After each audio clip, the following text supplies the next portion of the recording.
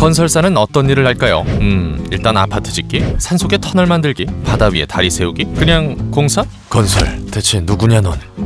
건설의 사전적인 의미는 건물, 설비, 시설 따위를 새로 만들어 세우는 것. 그런데 말입니다. 건물을 짓고 돈을 받는 게 과연 건설사가 하는 일의 전부일까요?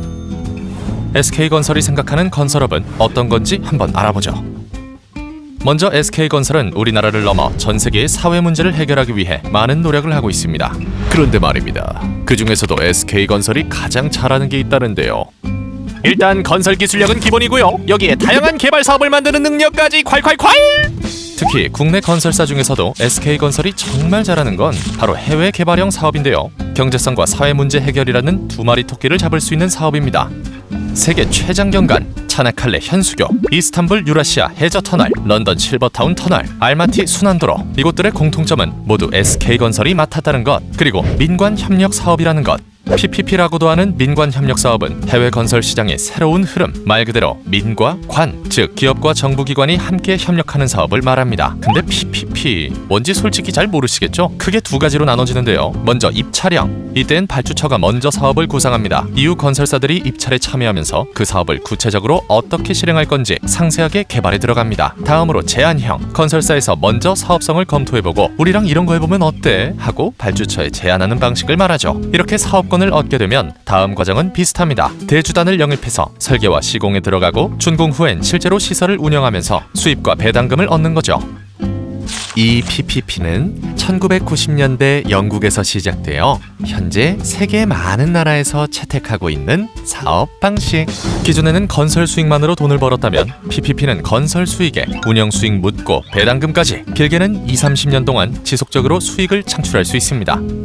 자, 그럼 이제 세계 곳곳에 남아있는 SK건설의 손길을 만나볼까요? 먼저 터널입니다. 천년 고도로 잘 알려진 터키 이스탄불. 이곳은 유럽으로 가는 관문이자 유네스코 세계문화유산으로 등재된 유서 깊은 도시입니다.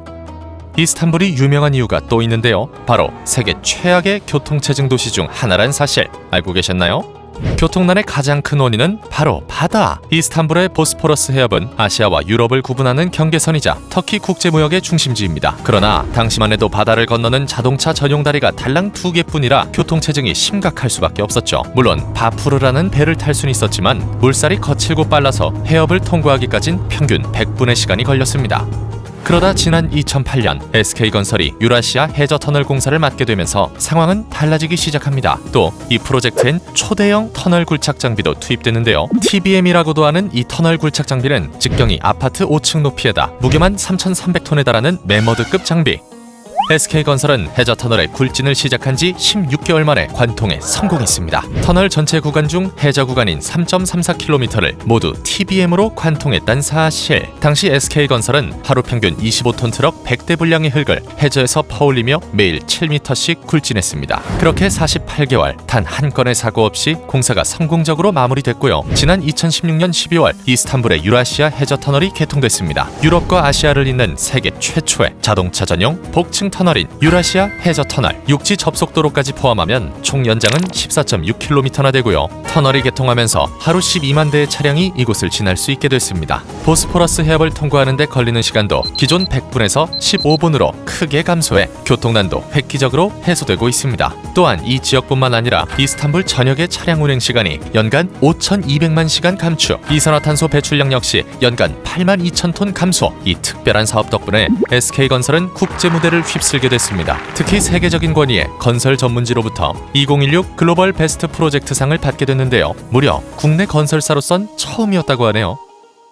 이번엔 영국 런던입니다. 사실 런던은 오랜 역사만큼 고질적인 교통체증으로도 악명 높은 곳입니다. 하루에 100만 명이 넘는 사람들이 런던 한복판을 오가는데요. 오죽했으면 혼잡 통행료라는 세금이 생겨서 도시에 진입하는 모든 차량에 통행료를 받고 있습니다. 교통 혼잡을 해소하려면 템스강에 새로운 다리나 터널을 만드는 게 제일 빠른 방법. 근데 또 템스강은 썰물과 밀물의 차가 워낙 크고 지반도 약하기 때문에 뭔가 새로 짓기엔 어려운 상황이었죠. 그러다 지난 2019년 SK건설이 런던의 실버타운 터널 프로젝트를 맡게 됐습니다. 총 투자비만 1조 5천억 원에 달하는 대규모 사업.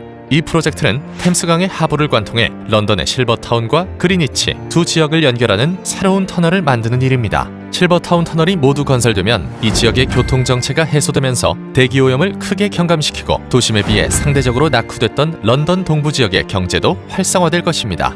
한편 이곳 영국은 민관 협력 사업을 세계 최초로 정립하고 발전시킨 PPP 종주국이라고 할 수 있는데요. 이전까지 영국뿐 아니라 서유럽 전역에서 국내 기업이 PPP를 수주한 적은 단 한 번도 없었습니다. 놀랍게도 SK건설이 최초! SK건설은 실버타운 터널 프로젝트로 영국 본토에 진출하게 되면서 세계적인 건설사들이 장악하고 있던 서유럽 시장에서도 당당히 능력을 인정받게 됐습니다. 이 프로젝트는 지난 2월 올해의 유럽 교통 프로젝트에도 선정됐다고 하네요. 자, 이렇게 SK건설이 민관 협력 사업으로 건설한 터널들에 대해 알아봤습니다. 계속해서 다음 영상엔 다리와 도로에 대한 이야기가 이어집니다. 많은 시청 부탁드려요.